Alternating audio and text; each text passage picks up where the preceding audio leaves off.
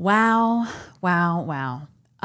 No offense to guests I've had on the show or will have in the future, but I just interviewed my dream guest, and that is Congresswoman Alexandria Ocasio-Cortez.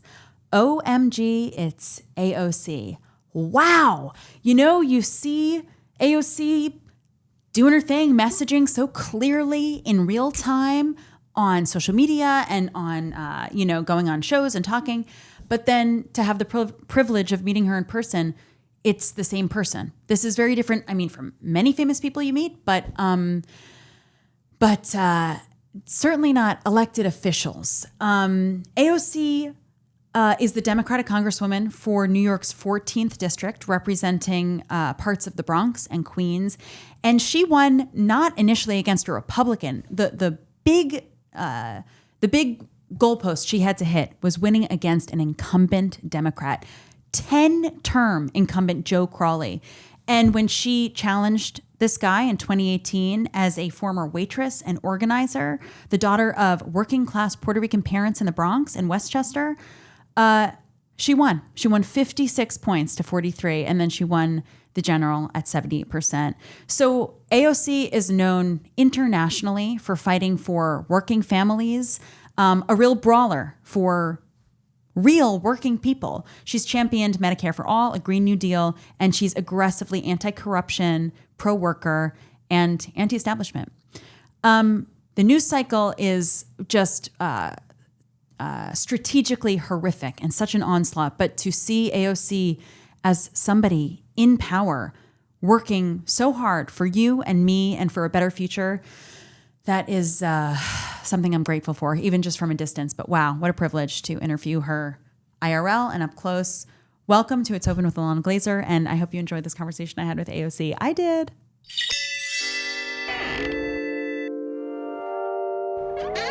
Congresswoman Alexandria Ocasio-Cortez. Hi. Thank you so much for joining me today. Oh no, thank you for having me. I'm so excited. I really am. Me too.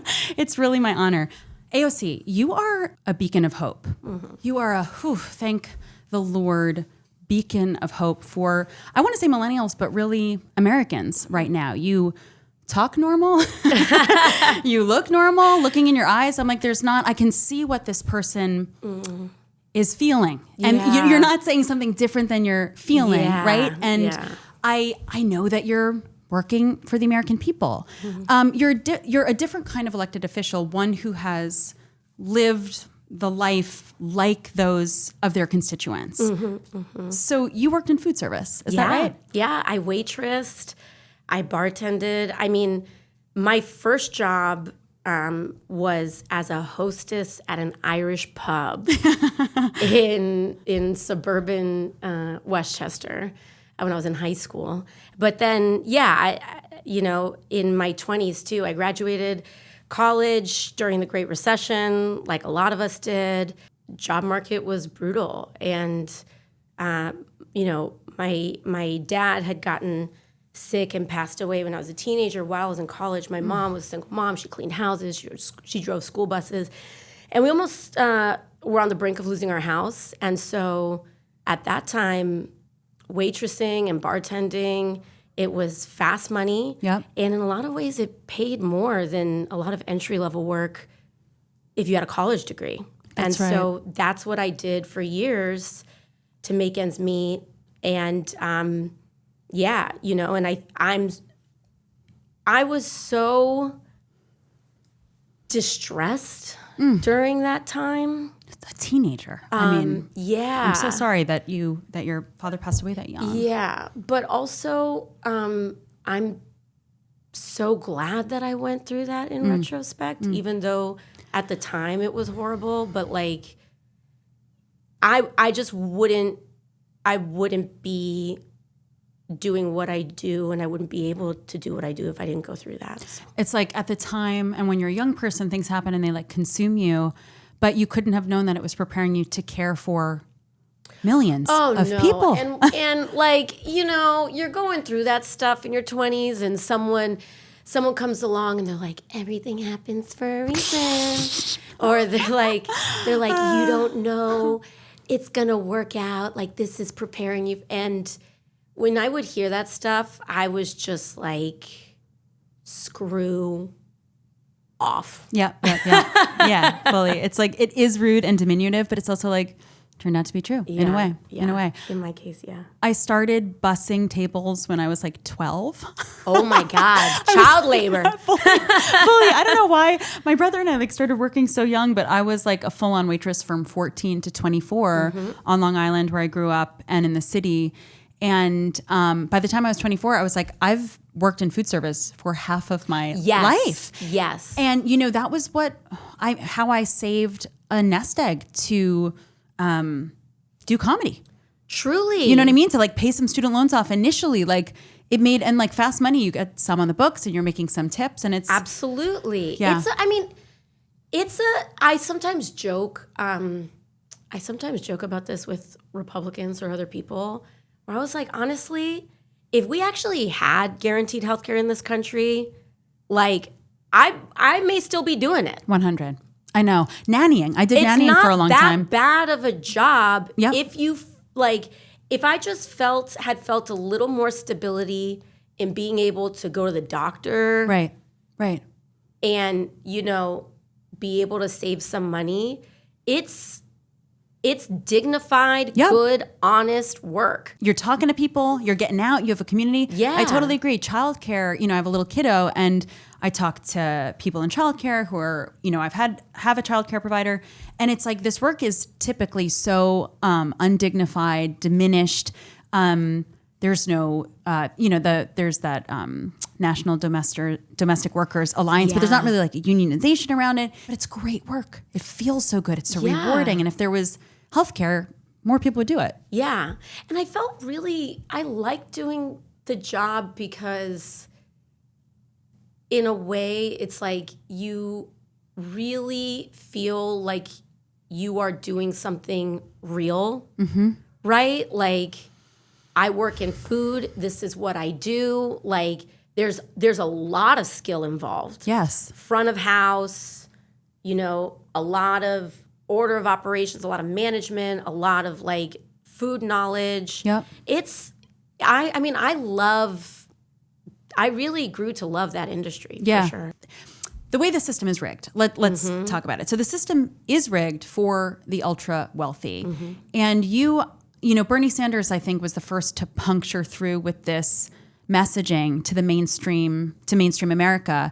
And you're really his successor. You speak in such clear and simple language, so obviously spontaneous, genuine from your lived experience, which is so different. I mean, I'm laughing, but it's honestly terrifying how most, I would say the majority of elected officials do not reflect the lived experience of their constituents. When did this come into your consciousness, this system being rigged for the ultra-wealthy? Well, first I want to say, in a lot of ways, we're all kind of Bernie's successor.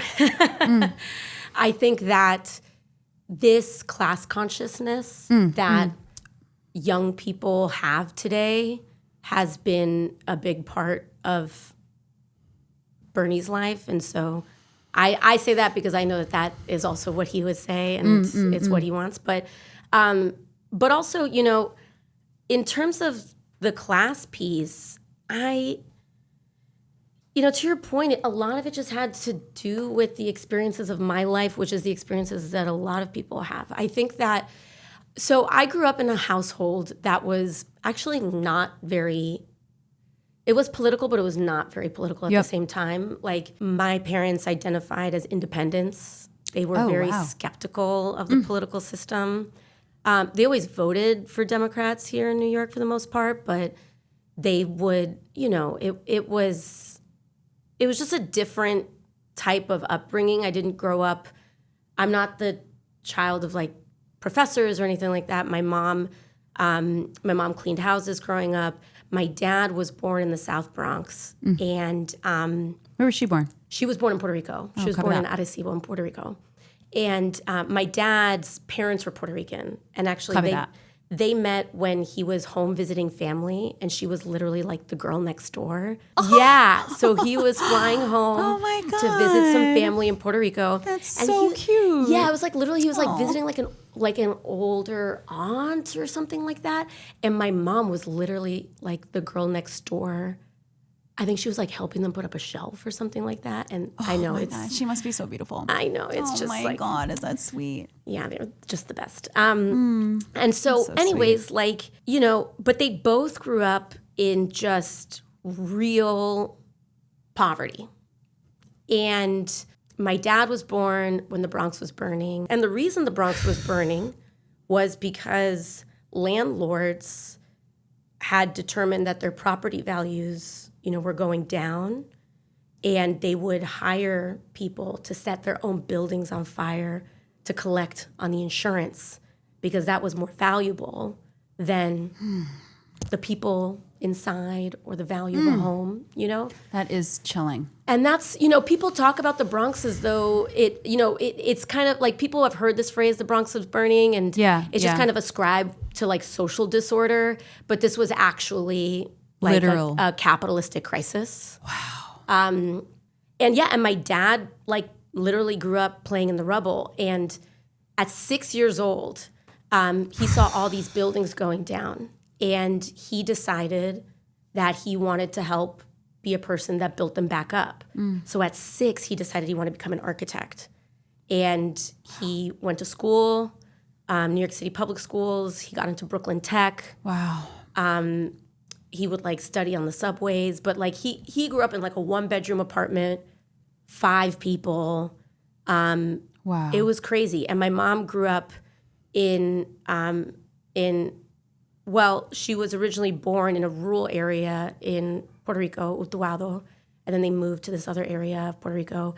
But like, you know, my parents really, really, really came from nothing. Like, so, you know, I grew up around this real fidelity to the American dream. Like, if you work hard, you can make it. And so And they did. Yeah, and they did. They did. Like my parents, I think about this now. My parents, they bought an apartment in the Bronx in their 20s, and it was like $40,000. Wow. You know, like Yep. what? And like when I say that they did, it's like, but even think about where you got to in your 20s, and you're like, shit, I gotta work my ass off to pay my debts and help my mom and all this.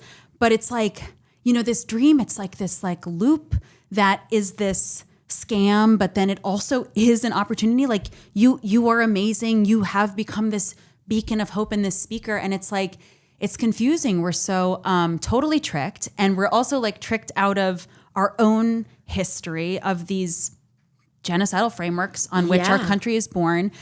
But then also there is this opportunity. Yes. And it's amazing. But I think the missing piece is the practicality, the affordability.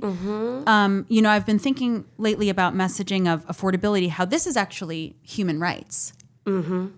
Affordability is the on the ground, you know, structural, practical, functional framework for human rights. Yeah. I mean, well, this is, you know, and there's history with that. You have FDR had released an economic Bill of Rights, and he had released this framework that included things like the right to retire with dignity, healthcare, which became then the foundations for Social Security, Medicare, and so on. And it's true because what had become the turning point for me was that, you know, my parents had been doing it.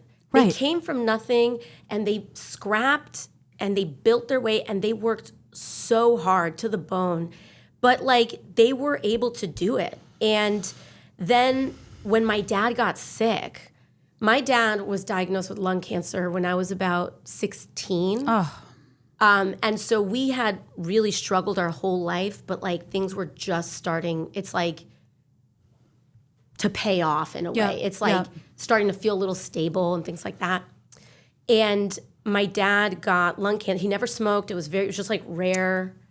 I'm so sorry. That is so sad. And and that whole process overnight, right? Like was so the process of him getting sick trying to find treatment, the medical bills. He had initially beat his cancer and then it came back. And so when I was the first week of my sophomore year in college, I basically get the call of like, fly home to New York right now. You have to say goodbye to your dad. And where'd you go to college? I went to Boston University. And I was the first in my mom's side to ever go to school. And like, I was the first in my family to go to school that was like, you actually like dorm on the campus and stuff like that. Yeah. Anyways, but it was that whole process because it was like. Oh, I'm picturing baby AOC. Yeah. That sucks, man. It was really, and I was so close to my dad. I was super close to my dad. And so what was crazy about that moment though, and it was just like, that happened overnight.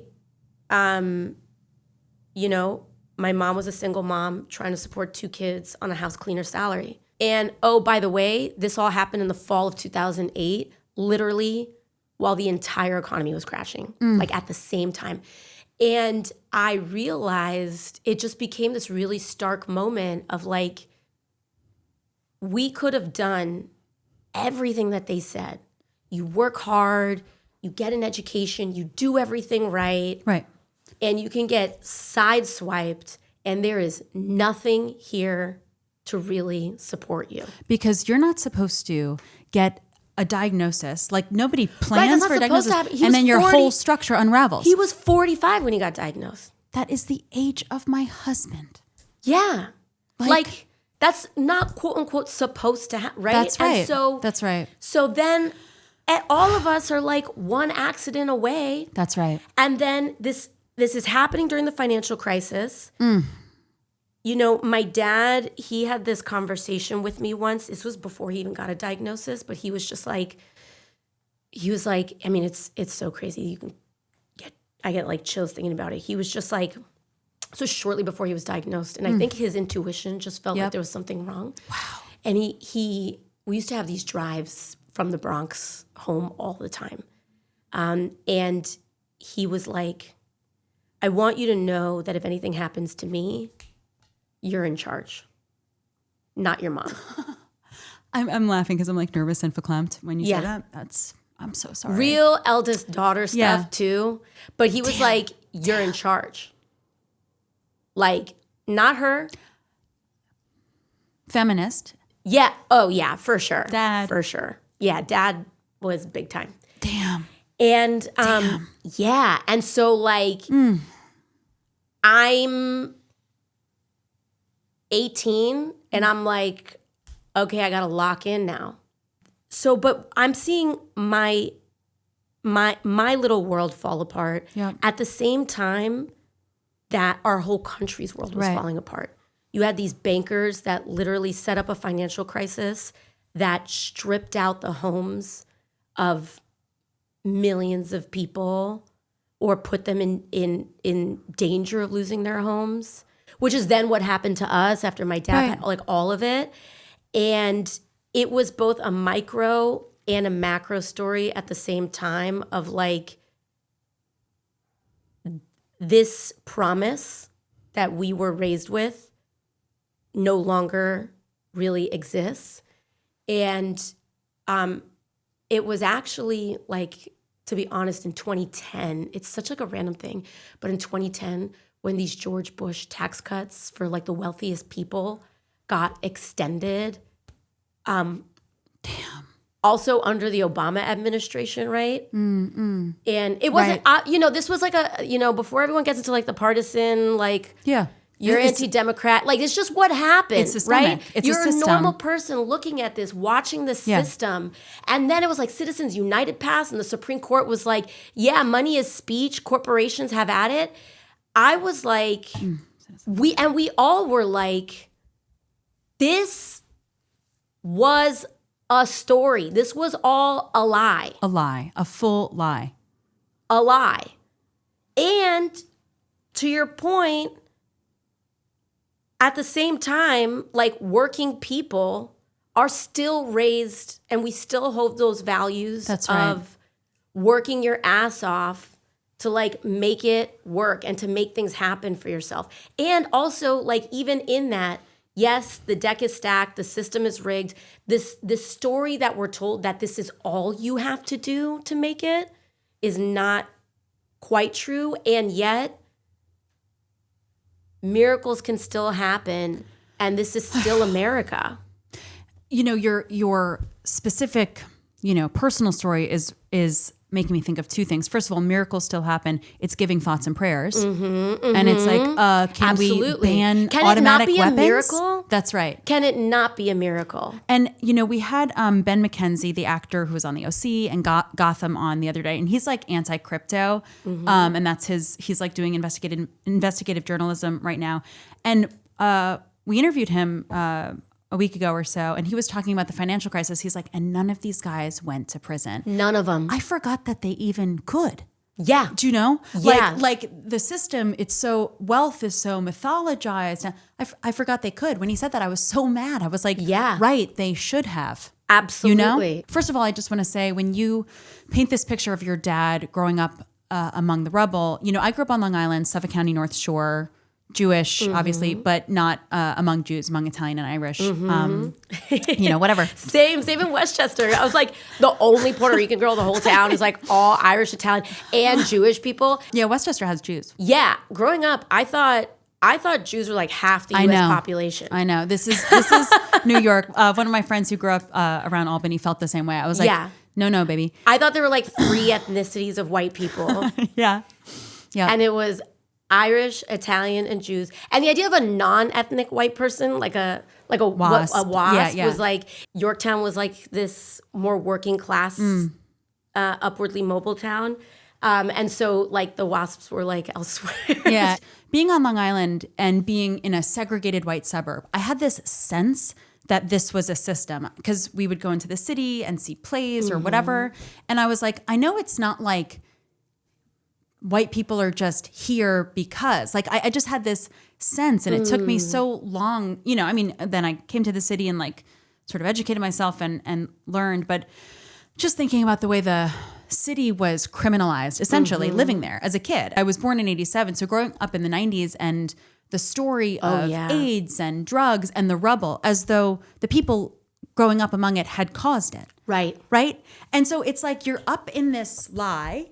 And it takes so much lived experience, learning, reflecting, more lived experience, learning, reflecting, to come out from outside and see it. Yeah, no, I mean, that was a big part of my experience too, because my parents, they had started off in the Bronx. And then when I was like around 4 or 5, the dropout rates in the Bronx at that time were like 50%.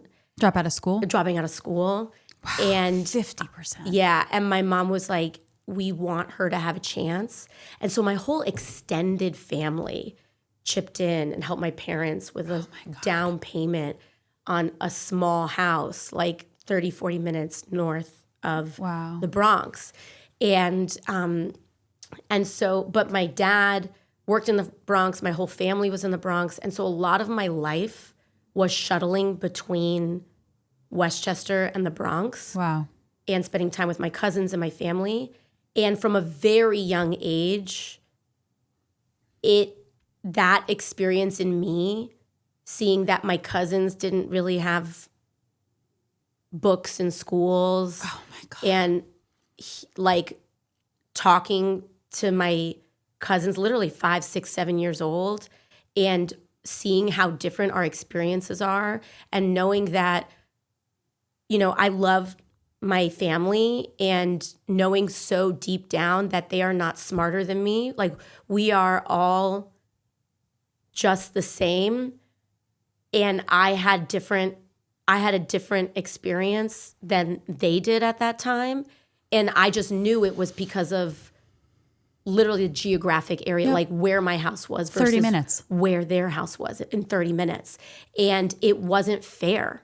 And I just like felt that and knew that as a kid. Yes. And it's painful as a kid. Yeah. It hurts. And you're feeling this system hurting people. When you say the dropout rate, this is the phrase we have for it, but it so puts it on the kid. They dropped out. Dropped out. But then 2 seconds later, there's no books in school. Right. So what would they stay for? Exactly. It's so violent. Exactly. It's such a good point. That's such a good point that it was called a dropout rate as though it's a kid's choice. And that's how it was framed in the 90s too, right? And that's You better believe. And to this day, New York City and even a lot of like liberal cities, Boston, etc., still have some of the most racially segregated school districts. Park Slope is one of the most segregated school districts in the United States. Yeah. It's like, for what?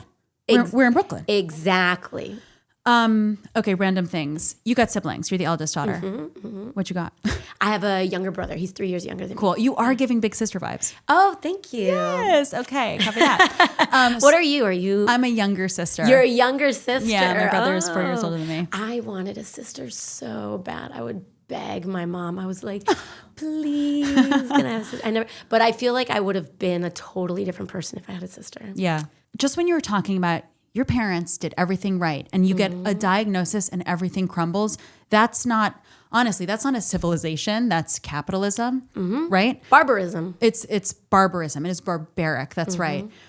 This is reminding me of ICE and how how people in this country are doing everything right to be here. And yet they are being snatched, kidnapped, imprisoned, detained, children in warehouse concentration camps. It's related. Absolutely. It's related. Can you speak to this? And can you also speak to what you've seen from ICE in your district? Yeah. The politics around immigration, like in the country, in terms of how people feel about it, it can kind of swing around a lot, as we see. Like every time Trump is running for re-election, he's able to saber rattle this into people being like, yeah, these people are dangerous, bad, coming in the wrong way, what have you. And so they deserve, XYZ. And yet also we are all proud at the same time of our heritage of immigration and the role, because there's no, there are very few like real archetypes of, in my opinion, truly what America is all about. I think about the civil rights and voting rights movement and how Black Americans really created democracy in this country. Right. That's exactly right. How they literally made something from nothing. It is just beyond me. I think about how like Native people have survived and preserved and treasured their culture. I think about, and I think many of us think about immigrants, which if you aren't from one of those first two populations, you are certainly from largely the third. And so many of us like have our story of our parents, our grandparents, our great-great-grandparents, and so on and so forth. And who like come and make something from nothing. And I think that's a big part of also the most inspiring elements of what America is all about. You can make something from nothing. You can lose everything and you can make it again. And like, I'm trying to remember, I saw this TikTok the other day and it's like, if you ran it up once, you can run it up again.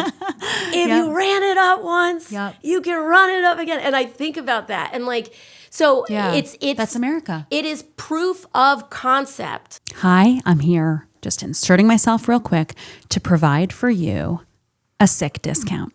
So check this out. My Aunt Leslie called these heels "come fuck me" heels over text, which took my brain a second to sort out. But you know what? She's absolutely right. These Vinny 100 strap pumps in walnut are absolutely come fuck me heels. I don't know what the fuck else they would be. In fact, I guess maybe they'd be some cigar smoking heels, wouldn't they? But I'm not going to smoke on here because of the rules of YouTube. Anyway, listen, our beloved viewers and listeners, this is our 6th and final ad with Stuart Weitzman, and these little spots were our very first brand partnership. I have been thrilled to partner with the Stuart Weitzman team because they are a legacy New York brand that makes a product with women's comfort and high capacity in mind. Their shoes are chic, timeless, and comfortable. And as me and my lean, mean team build It's Open with Ilana Glazer, I aim to partner with brands that I'm passionate about that make good shit.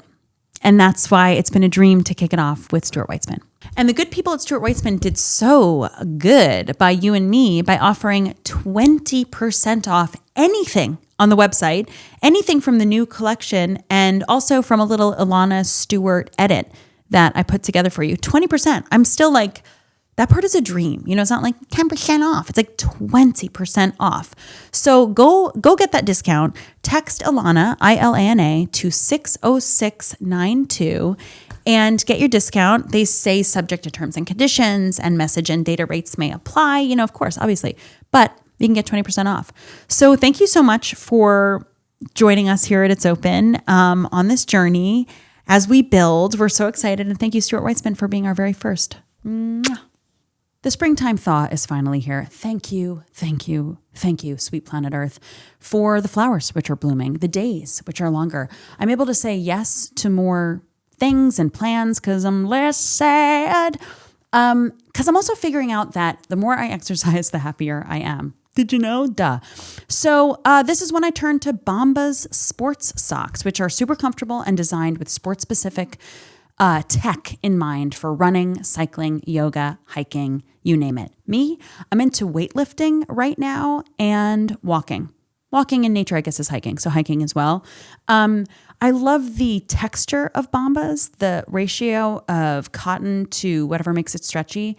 And the fit is good. It's all, you know, on my foot. And whether I'm wearing like real ass gym shoes or like cute sneaks, but to work out, these make me feel like I'm an athlete. And they're keeping me from getting an athlete's foot.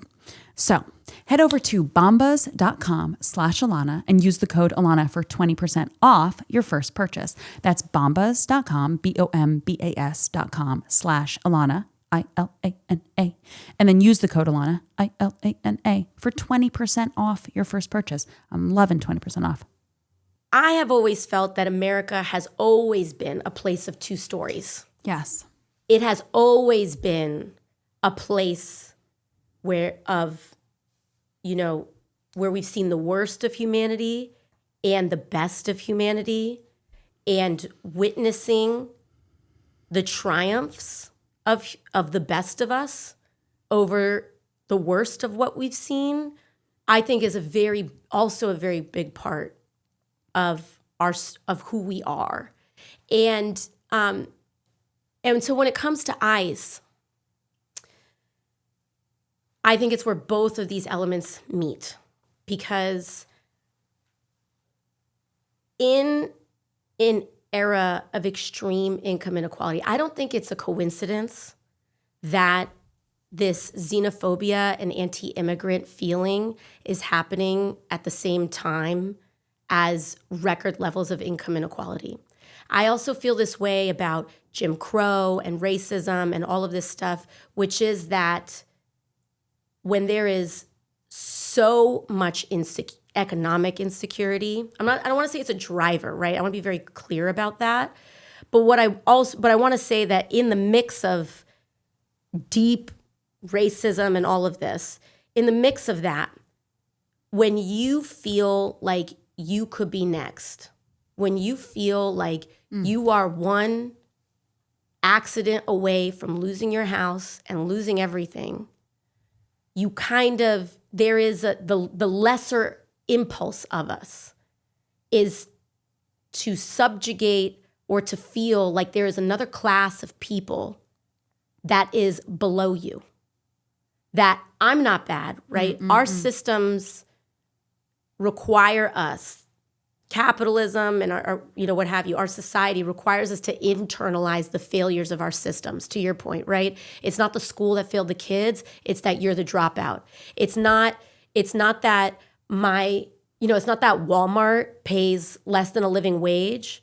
It's that I'm poor and I didn't work hard enough, so I didn't earn a better station in my life. It's, clean out your yogurt containers to recycle them rather than tax fossil fuel companies. That's right. And so what happens is like when you have these systems, when you have corporations, when you have an economic elite, there's a certain level of wealth and accumulation that is unearned, right? You can't earn $1 billion. That's right. You just can't earn that. That's exactly correct. You can get market power, you can break rules, you can do all sorts of things. You can abuse labor laws. Yep. You can pay people less than what they're worth. Yep. But you can't earn that, right? That's right. And so you have to create a myth that since you didn't earn that, you have to create a myth of earning it. And so if you're making minimum wage at a Walmart and you're making $7 an hour, and I mean, Dan, with these gas prices, it takes you $7 to get to work. That's right.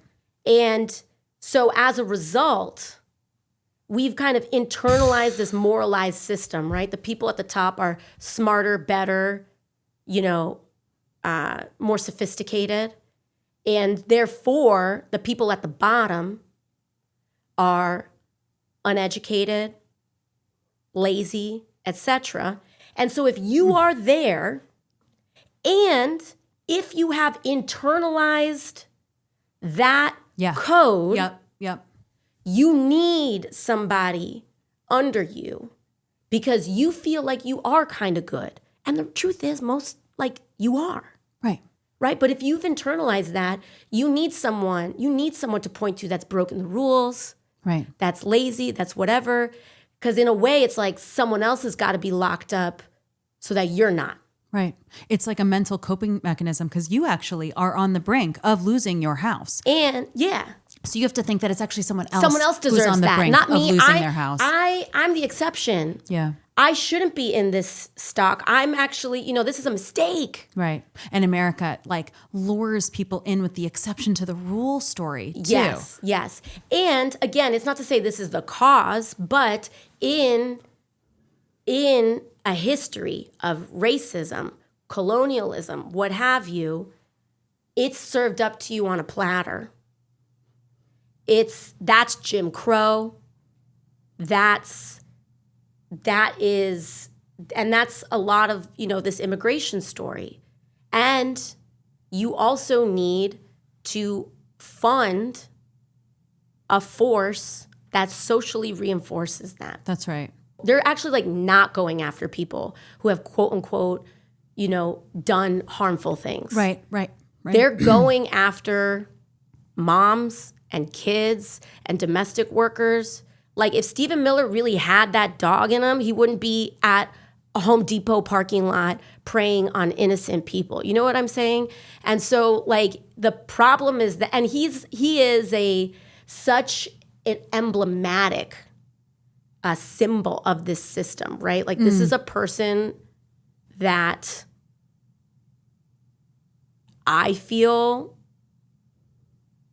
is an embodiment of a lack of self-worth. I couldn't agree more. And when I see a lot of this administration, the false machismo, yes, the need to put gold on everything. Yep. It's this need to present yourself as richer than you are, stronger than you are, smarter than you are. Yep. Why?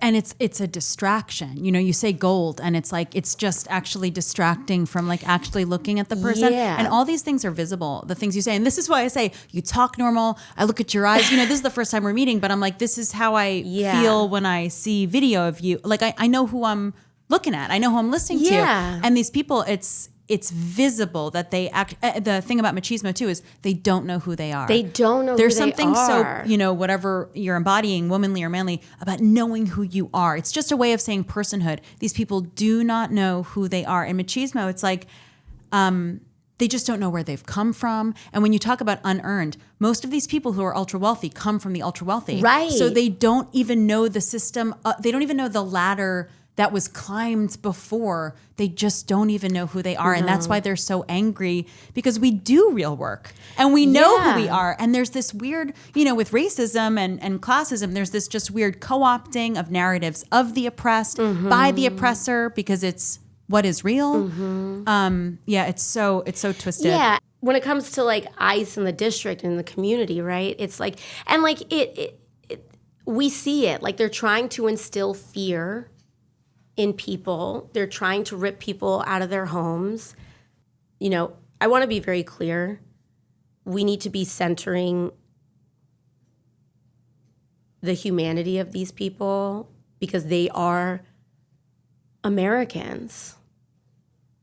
Like you're really come on. You're gonna tell me that someone came here at 2 years old and has gone through American schools? You're gonna tell me that someone's come here with nothing but the shirt on their back and they've been doing nothing but caring for other people's grandparents and building American homes and putting themselves through school, and you're gonna tell me that's not American? It's disgusting, honestly. I remember when Nancy Mace was going against trans girls in sports, but then it was opening the door to all children having their genitals inspected in school, and seeing you say it's disgusting. And I so appreciated that, because it's like, it's one of the core feelings. It's just disgusting. And the problem is just that disgusting, the ICE and also, speaking of machismo, you're putting Liam Ramos, Minnesota's Liam Ramos, 5 years old, as bait, and you think you're a man, you think you're tough. Truly. It's disgusting. Another real problem with it is when we go back to that like I need someone else to be to be that 5-year-old, is that it then creates, we start making exceptions to our values, exceptions to the society that we want to live in. All of a sudden we now have a paramilitary force. We don't have a court system, right? They don't think they need judicial warrants. So you don't get due process. So you start creating this black box system. That's right. Black box warehouses. Just point a finger, whether it's like we saw in Jim Crow, whether you just point a finger and 100 years ago accuse a little black boy of something, you can point a finger and accuse someone of that today. If you think once you build that machine that it's only going to be reserved to that. That's right. This eats profit. These things, ICE, it's not just ICE. It's Core Civic, it's Geo Group. Those are corporations that run ICE detention centers. Right. That's right. They are for profit. They are traded on Wall Street. And what happens is that those companies and this system is that it does not accept anything but growth. It's not even good enough to be profitable. It's not even good enough to be profitable. You have to be more profitable and more profitable and more profitable. It's not enough to be a profitable business. You have to keep growing those profits. And so once they've rounded up every person in this country, who do you think is next? This is the thing about, I said I mentioned genocidal frameworks before. As growing up as a Jew, as a minority where I grew up, and going to Hebrew school and learning about the Holocaust, I was like, holy shit, this is crazy. It wasn't taught in school. I'm not sure the way it's taught in school now, but the way that I've come to understand this system is that there's a spectrum of true democracy, which, like you said, Black people and Black Americans in this country have been building since they were captured and brought here. We weren't really a democracy until 1963, That's 1965. That's exactly right. Voting rights and civil rights. We were apartheid before then. That's exactly right. It's 70 years old or so, this system, 80 years old. And it's there's a true democracy and fascism. And it's just about the dials, these genocidal frameworks. And they're just turning the dials up on trans people. They're turning the dial up on the genocidal framework on Black people. And right now the dial is being turned up on specifically Latino immigrants, but immigrants of color. And, you know, that poem about the Holocaust about a Christian religious leader who was in a concentration camp was like, first they came for the Jews, then they came for and then they came for me. And, you know, I think the story that's sold is to the white working class that they will never come for you. But they're seeing now with AI and data centers that they are coming for them. And they are coming for their homes, their water, their air, for growth, as you say. And this other thing of just right in the middle of the night, Zuckerberg patented taking our data to create AI twins after we die, our AI twins, to create shadow versions of ourselves to keep posting so that they keep getting clicks. You know what I'm talking about? Yeah. And I want to thank you personally for bringing him to court and trying to regulate this system that I'm a faithful, optimistic person. I have faith we're going to get back there one day because I think it is turning inside out. I do think mainstream audiences are understanding what's happening because every click, every scroll, every like puts 0.001 penny in one guy's pocket. So you're going to take my data from DMs even, not just public-facing data. Insane. To create my avatar to keep getting clicks. These people have so much money, it's not even about money. Clearly, it's not even about money. It's cruelty. It's sadistic. It's psychotic. It is, and I just find the dynamic of it so wild because in my job, I do every once in a while have the opportunity to look these folks in the eye. And when you really look at someone in the eye, you can really see so much, including what they want to hide about who they like really are on the inside. And it's just like, you know,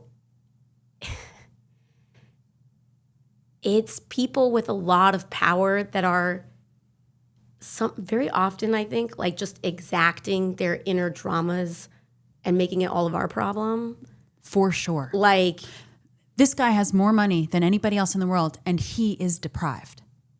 It's coming from a place of being deprived. So nothing can fill up these cups. And you have to tell these stories. Yep. And I think about you and Zuckerberg growing up in Westchester. Oh, yeah. Because he's from Scarsdale, I think. Circling each other. How crazy is that? You know, talking about these people who have all this money, it is, I'm laughing because I'm nervous and disgusted by what is now being called the Epstein class. These 3,000 billionaires who are now being called by mainstream America and mainstream global audiences the Epstein class. And you're 36, I'm 39. And in preparing for this conversation and thinking about it and talking to your team and just reflecting, thinking about us being young women in the early 2000s, which was a dangerous time. And you and I, you know, clearly whatever, we had, you know, an energy that I think we share and an ambition and looking out into the world. And as a young woman who developed early, and I kind of have had this body since I'm 10 years old, getting the attention from grown-ups. Dude. And mostly men, some women, getting attention that I was like, oh, the world is unsafe for me. This is unsafe. Now it's 2026. I'm talking, you know, 2000, I'm 13 years old. 2001, I'm 14 years old. I can't believe when I get to the city catcall, I'm like, do you know I'm 18? I'm scared, you know, feeling so angry. Yeah. And I used to have a fire in me because I felt scared. It's like a little doggy getting, you know, and it's like, rah! You know, I'd be like, fuck off. Like, this is scary, right? But then fast forward 25 years later, you and I are adults now. We're in the world and we're affirmed that it was actually worse than I never would have dared imagine because it is too disgusting and it is too chilling to my bones and terrifies me.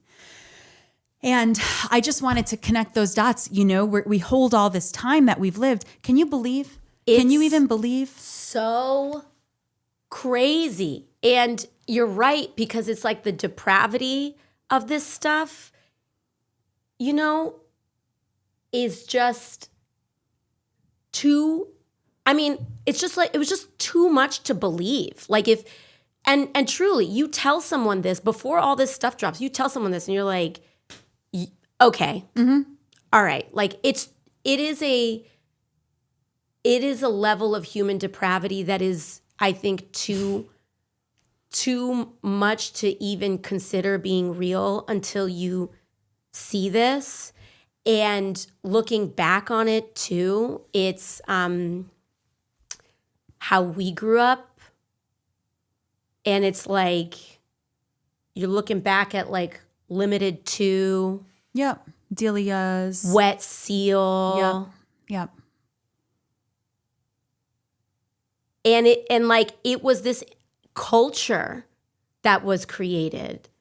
And it is so crazy. And I think about it too, growing up. Like I got braces. Now kids get braces early, but I got braces late. Also, my parents needed to save up for it. So I was like 14 when I got braces. Wow. Okay. But I at that time I was also going to the city because I was working on I did science stuff. I did like science competitions. So cute, adorable. Baby AOC. I had to take the train to Mount Sinai, and the subway, so I took both. I had to take the Metro North, and I took the subway. Copy that. And I look back, because when you're a kid, you don't really, you like, gotta do your thing. You gotta get to the place. You're doing your thing, and you're very like naive, or you know what you think things are normal when you're younger. I look back, and the amount of men that were talking to me and complimenting my body when I had a mouthful of braces is crazy to me. And it was a culture created by these guys, some of whom actually did own Limited 2. Yep. Right. Like this was not a coincidence. Yep. And they do it to make what they're doing normal. They need the system to prop them up so that they're powerful at the top of this system that's normalizing pedophilia and rape. And this is what I'm also talking about in terms of the psychology of power. Because when we talk about whether it's the 1%, the Epstein class, what have you, when you have a desire for power, for power's sake, it is a desire for domination.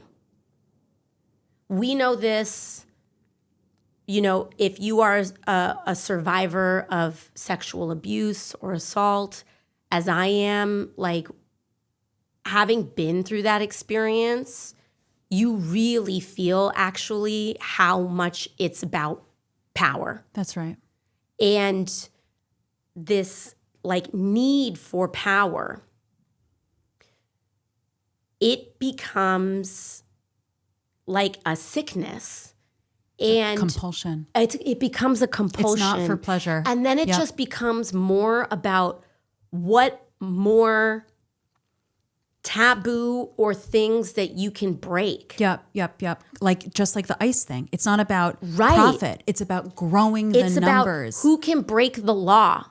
It's about, those like ICE, they don't need the judicial warrant. That's right. How visible can you make this and get away with it? You can do the illegal things. And by the way, they're not just, we know they're not going after immigrants. Now they're all putting on, it's not a coincidence, they're all putting on meta glasses and they're putting tons of money into Palantir contracts to create a national surveillance state so that if you go out and you want to protest, that they want to scan your face and put it in a system. This is about a compulsion. This is about also like, this is a system and there's a psychology of the people pulling the levers of this system. And so that's like, okay, you know, doom, gloom, scary, this is bad. Okay, that's the dark part of the American story. But America is not complete without the triumph of our story. That's right. That's the dark side of things. But there is also us. That's right. And Minnesota this year.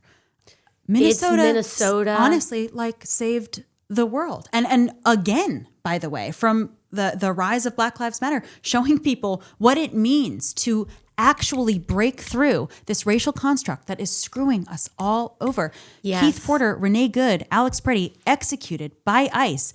These people sacrificed their lives, consciously or not, for America to see and to not just be steamrolled by this system. And I'm so glad that you said that, because in this moment, people are often like, what's being done? And listen, leadership of the Democratic Party is a whole, we can get there. But what is important is that what I've always wanted everyone, and what I think all of us need to know, is that power is not there. Power's actually never been there. Right. Power has never been in the leadership of a political party. And I include like myself in a suit in that, right? Like, it's never been about that. It's always been about you and us and people and mobilizing. Yep. And like, it is, because elections, politics, fundamentally reactive force. Right. That's right. It's fundamentally reactive. If you're looking to electoral politics for proactivity, there's going to be those of us who represent, movements and give voice to that and work towards that. But because the actual function of an electoral system, people are always in anticipation of an election.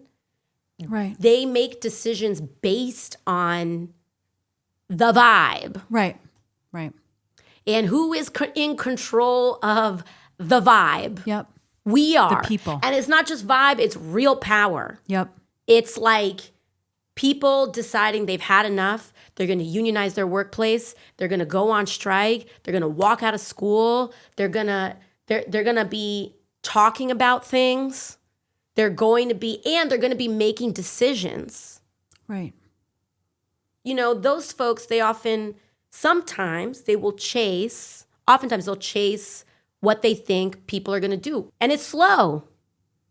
So Right. The bureaucracy is slow. Right. Yeah. So, but Minnesota, you got moms rolling up on site the next day. Nothing will ever be faster. That's right.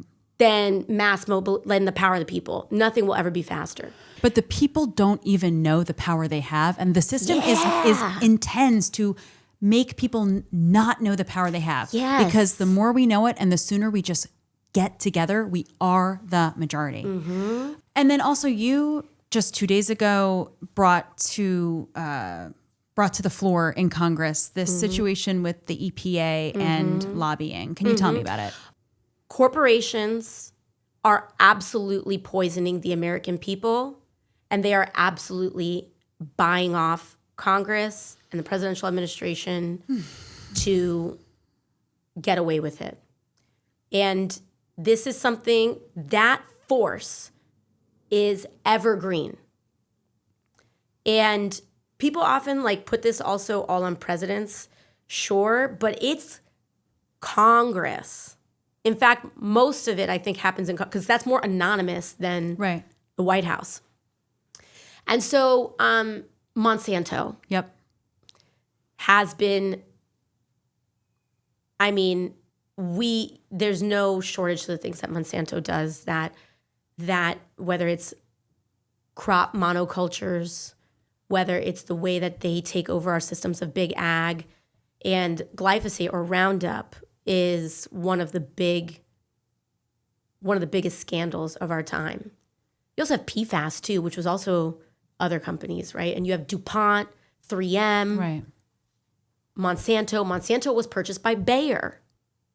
And so here's what's going on, is that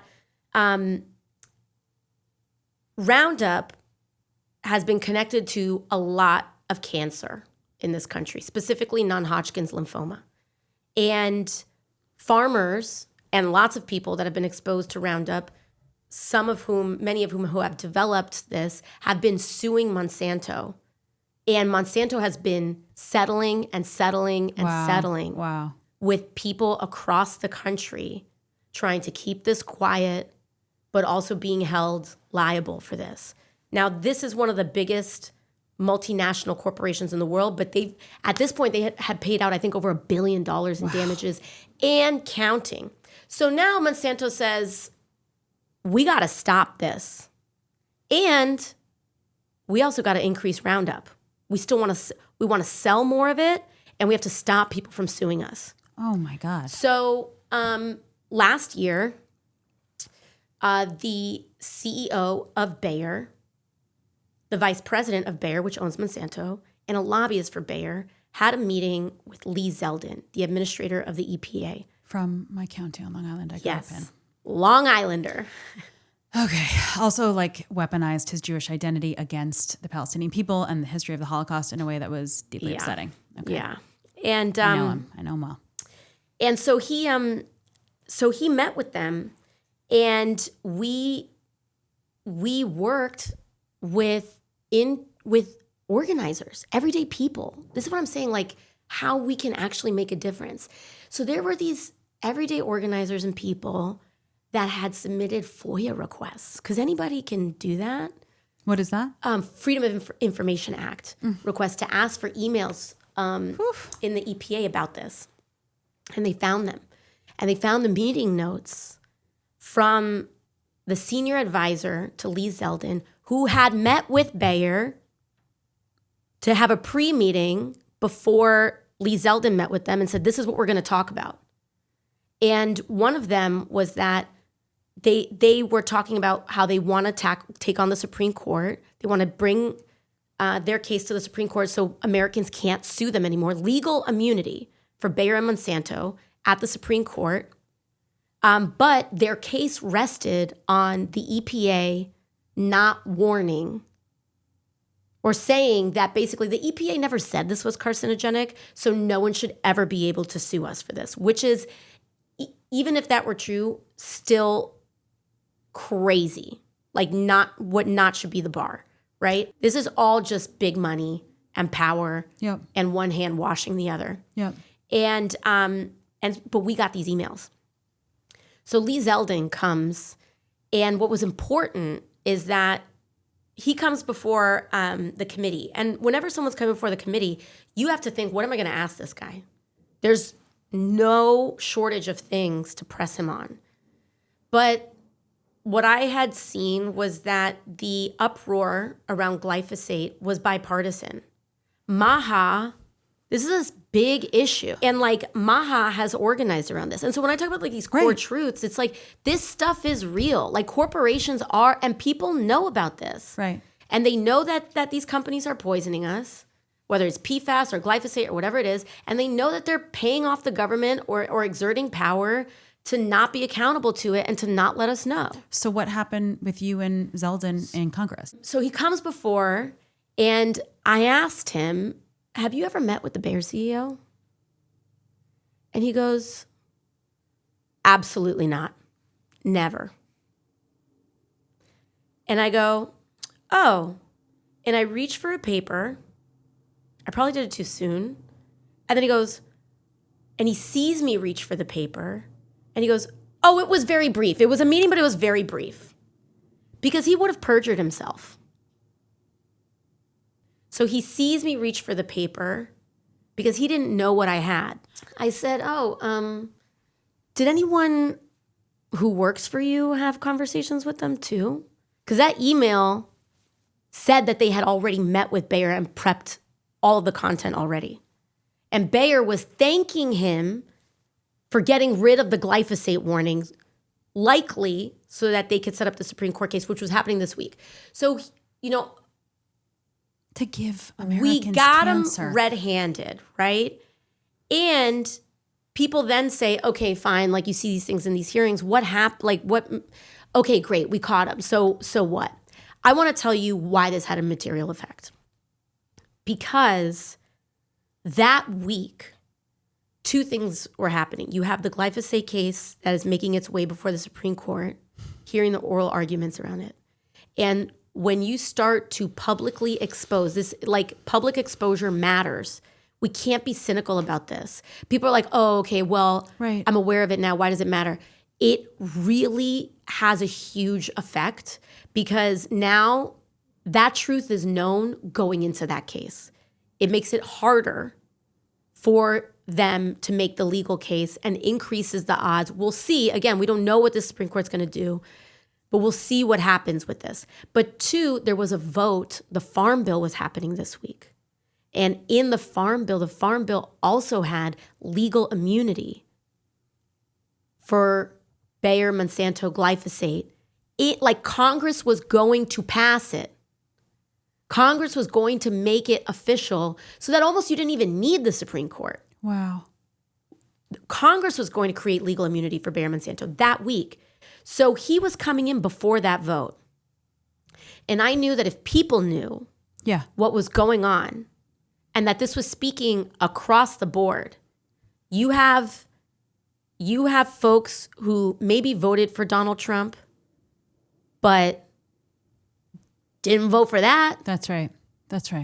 Yeah. And so I knew that if you can get that out, and also knowing that there are people as well in a Republican coalition that don't want this either, we can maybe contribute to a moment where we can get this thing out.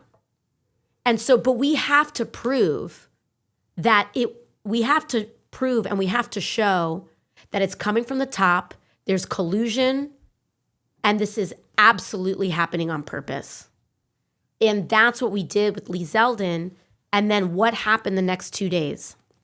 You get a coalition of progressive Democrats, people like Chelly Pingree and Anna Paulina Luna, who is a very MAGA person, and they force a vote on an amendment to strip legal immunity for glyphosate and Roundup and force a vote on the House floor on it. And we won. Wow. And that happened this week. And so this, we'll see what happens with the Supreme Court. Right. But Congress was teed up to bona fide 100% established legal immunity for Monsanto this week. Oh my God. And insane. This is, sure, I am in a position of power. I am one of very few people that could do that. But also, I also think that this is reflective of what we all can do, right? Which is that I wanted to do this. I felt that it would have an impact. There isn't a bona fide, if I do this, then absolutely the next thing will happen. Right. But you know that you are contributing to an environment where we can make the right outcome more likely. Yep. Run up the probability, do the thing in hopes that someone else will see it. It'll give courage for someone else to stand up. And things materialize. Right. And this was this huge victory that happened this week. Bipartisan victory. Bipartisan. Also anti-establishment. Yeah. And you're not going to hear about it. Because mainstream news doesn't want to tell that story. That's right. Because what they want is just partisanship no matter what. You know what I mean? They want you to think that... They want us in a gridlock. Yeah, they want you to believe that if someone voted for Trump, they are your 100% bona fide enemy on every single issue. Yeah, it's not the guy at the top. It's and the your fact neighbor. of the matter is, the fact of the matter is people are way more complicated, and there's a lot of wrong, and also you can still kind of win them over, right? And uncertainty is a necessary condition for hope. If you think everything is cooked, there's no hope. Also, what I'm hearing in your strategy is to sound the alarm to the people. Right. It's not like I alone can do it, if you remember that. Right. You know, and the other thing I'm hearing is that shame still exists, which I see. You know, when the people rise up, organize, and say, no, this is gross. You want to give us all cancer? Mm-hmm. And I honestly, I don't even have it in me to wish ill will on MAGA. No. I'm sad for these people who voted and got I want them to have health care. That's right. All these people, like, dropping in my DMs or comments, like, who are giving me, like, all this hate speech and want me to, like, you know, wish all the worst things in the world for me. I wish all the best things in the world for them. Because this is a cruel system that we're living in. If our basic needs are met, we are not going to be at each other's throats. I want them to anymore. have healthcare, man. I want our public schools to be world class. I want, you know, I don't want people's water to be poisoned. I don't care if you're a red state or voted for Trump. Like, it's actually some of these places, like especially in the wake of this voting rights demolishment that we're seeing. You know, a lot of these red states, they're not red, they're oppressed. Yep. I've driven across the country many times, and I'll drive through really rural areas, and I see the level of neglect, and I'm like, yeah, I'd be pissed off at paying taxes too. Right. I live in New York City. Sure, we have a high tax rate or a higher tax rate, but you know, when it snows out, I get to look out my window and I get to see well-paid sanitation workers clearing that stuff out in a minute. Yep. I get to see public school workers or public school teachers, like, really doing amazing stuff for our kids. I get to walk out of my house and take the subway, which is publicly funded, and I say, yeah, this is worth it. That's being right. in a community and being together and doing this stuff for all of us is worth it. And I don't want to live in a very individualized and isolated existence. But I see places that are neglected, and I'm like, yeah, I totally get the anger. Yep. Well, I could talk to you for a long time. If you ever want to come back, I could talk to you for a long time. I'm so appreciative of you, Congresswoman. The things I just want to say are, you know, you are, after Donald Trump got elected this last time, I remember your Instagram stories about how you were voted for by people who voted for Trump. And, you know, wherever you go in your political career next, you make sense to people. You can speak in a way that people understand. And I'm so grateful for it. And I also hope that you get the rest that you need, good sleep. Thank you. You know, you fight so hard, your work reverberates. And I'm just so privileged to talk to you today. Thank you so much. I so appreciate it. Thank you, Ilana. Thank you, AOC, Congresswoman, and your team for making this happen. You're absolutely brilliant, and I'm so grateful to have interviewed you, but even more grateful for you to be doing the work you're doing in Congress. Holy moly. I want to thank the exclusively human team who made this episode and makes this whole show happen. Shout out specifically to my creative producers, Annika Carlson, David Rooklin, and Glennis Meagher for really setting this up, thinking about it and prepping. Thanks also to Madeline, Kim, and Kelsie Kiley. Thank you to Tova Leibowitz, our editor, Ramo Ventura, who makes the beautiful graphics and the opening musical sting.